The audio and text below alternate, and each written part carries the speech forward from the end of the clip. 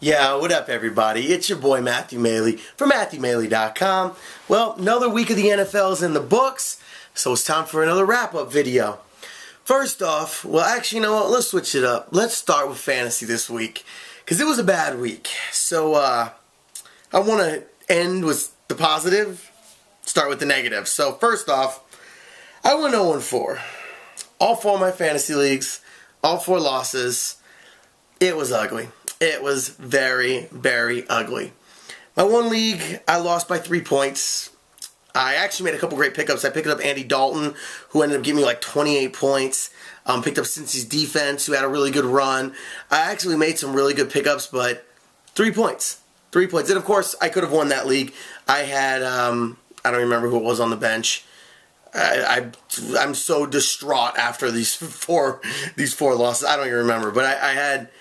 Maybe it was Hulu. No, it wasn't Hulu. It was maybe Plaxico. God, I don't even remember. I apologize. I don't even remember who it was. But I had that league. I would have ended up scoring like 140 if I would have actually played it right. My other league, I got beat 151-96. That was just, you know, whatever. I had no chance in that one. Other league, I lost 138-105. Kind of the same thing in that. I didn't really even have a chance, no matter what lineup I started. And then in my other league, I lost 127-111. And that one was another league that I could have actually won if I would have played a different defense who was sitting on my bench. I think my bench scored like 58 points or something. So it is what it is with those. I mean, sometimes you just have those weeks. That's one thing that sucks about when you're playing 4 leagues. You do run into weeks like this. It just happens. You're just going to run into 4 teams playing well, or you're going to have 4 bad games, you know, and it does happen. So, sadly, I went 0-4 with that. But at least some real NFL made up for it. And we'll start with the Ravens, with the night game, the Ravens and the Steelers. Great game, went back and forth.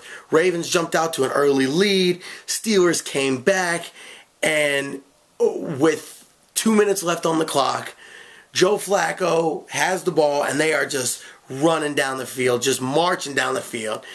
And I was cursing like crazy when Torrey Smith dropped what could have been the game winner, hit him right on the fingertips. And I know it was a tough catch, but in my opinion, it should have been caught. When it hits you in the hands like that, especially the defender wasn't draped all over him or anything, I really, really was pissed off when that happened. But 30 seconds later, he redeemed himself with, as time expired, an amazing catch to get the win over the Steelers, which, that's huge. I mean, to beat the Steelers twice, that's huge. What I don't understand is how you can beat the Steelers but lose to the Jaguars. But, hey, that's another story completely. Like I said last week, the Ravens roller coaster has to be a new amusement ride at, like, Cedar Point or Six Flags or something, because it'd probably be the scariest ride of anything. But that was at least a good up. That was a good climb right there, because that was definitely a great game. And shout out to the Ravens for really playing tough against the Steelers. That was awesome.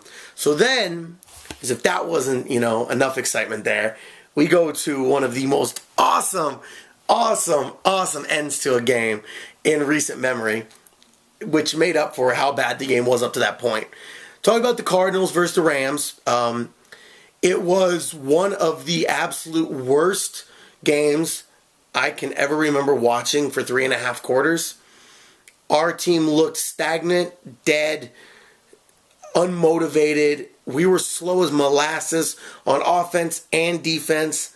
Defense wasn't as bad as the offense, but we just didn't look like... You know what? We looked like the Ravens looked like against the Jaguars, to be quite honest. We just didn't look like we cared. We looked like we felt like we were going to get the win for sure, and so it was just supposed to happen instead of working for it. And obviously this is football. Nothing works that way, you know? So we fight our way back, end up tying it, so go into overtime. And then one of the most awesome plays I can remember, shout out to my dude Patrick Peterson, got his jersey on order. I actually was trying to buy it at the beginning of the season, but totally slipped my mind, and so did the money. So finally got it all in order. It's coming in. My dude, I was ecstatic when we picked him with the number 5 pick. Loved him in college. Watched him a lot in college because he got a lot of publicity. And I think he's going to be a cornerstone for our team, to be quite honest. I think we'll keep him around. I think he's going to end up being, if not a lifer, damn near a lifer. I think he's going to be on the Cardinals for pretty much his whole career. If not his whole career, you know, it'll be almost all of it. It might be at the very end where he goes to another team or something. I could see that happening, but like a Jerry Rice type of thing. And I'm not comparing him to the all-time greatest receiver of all, you know, in history, but he has some great upside potential. Back to the story. I'm sorry I went off on a little tangent there about my boy, but overtime, our defense comes alive, which, I'm sorry, I got to digress. More importantly, the only reason that we even made it to the overtime is thanks to Calais Campbell's big 6'8", having long-ass wingspan, football-sized hands, jumping over the offensive line and blocking the field goal as time expired to go into overtime. Just amazing. And it's funny, I felt that Calais was going to do it. When they were lining up, I just had this feeling that he was going to get through and block it. I don't know why. Because St. Louis's kicker is one of the best in the game. So for me to even think that the guy would miss or that would happen, crazy. But I did. Word to everything, I did. I just felt it. And so then we go to overtime. And then our defense holds them. Even though they win the toss, our defense holds. Snap. Punt. Patrick Peterson standing, waiting. Catches it. Jukes right. Jukes left. Jukes back right. Run. Breaks 4 tackles. At one point, he is wrapped up. Granted, it was by the punter. He's wrapped up to the point he does a spin. Like he was playing Madden or something, pushing the B button. He does a spin. Shrugs the guy off along with 3 other dudes. Runs it to the house. Win. Overtime. Done. One of the most exciting ends to a game I can remember. To me, it's way more exciting than some last-second Hail Mary, whatever, because Hail Marys, that's what they're designed to do. They're designed to run 5, go patterns for the receivers and throw it up there and hope that somebody catches it. That's way more likelihood of happening than somebody taking the punt back to the house. It was awesome. Absolutely awesome. Plus, it was really cool seeing how much excitement Patrick had, how much the entire team had. It was great. I would guarantee my neighbors for probably a mile away heard me screaming. I was so excited. I was jumping up and down and all that. So, great way to end it. Granted, it was against the Rams. Not saying much. Not like we took down the Patriots, but whatever. Honestly, with the type of season we've been having, we've been on a roller coaster as well. Been playing up to the competition of all of the good teams we've been playing down to the competition of all the bad teams we've been playing. To have something like this happen, it just really felt like kind of the tide shifted a little bit. And who knows? We might come out next week and get crushed, but it really did feel like a good victory. Even though it was a minor victory, even though it was a momentary victory, it still was a victory. So, I'm happy about that. So, ended up, all in all, went 2-4 this week, all things considered. But thankfully, both my favorite teams won. Like I've always said, I'd much rather lose in fantasy than lose in real life. So, lost all 4 games in that. Whatever. I ain't tripping. At least my teams won. So, how about y'all? How did you guys do? Your teams, your fantasy leagues? Let me know. Send me a comment or shoot it on over. Send me a inbox message. Whatever. Hit me up on Facebook as well. I love hearing from everybody.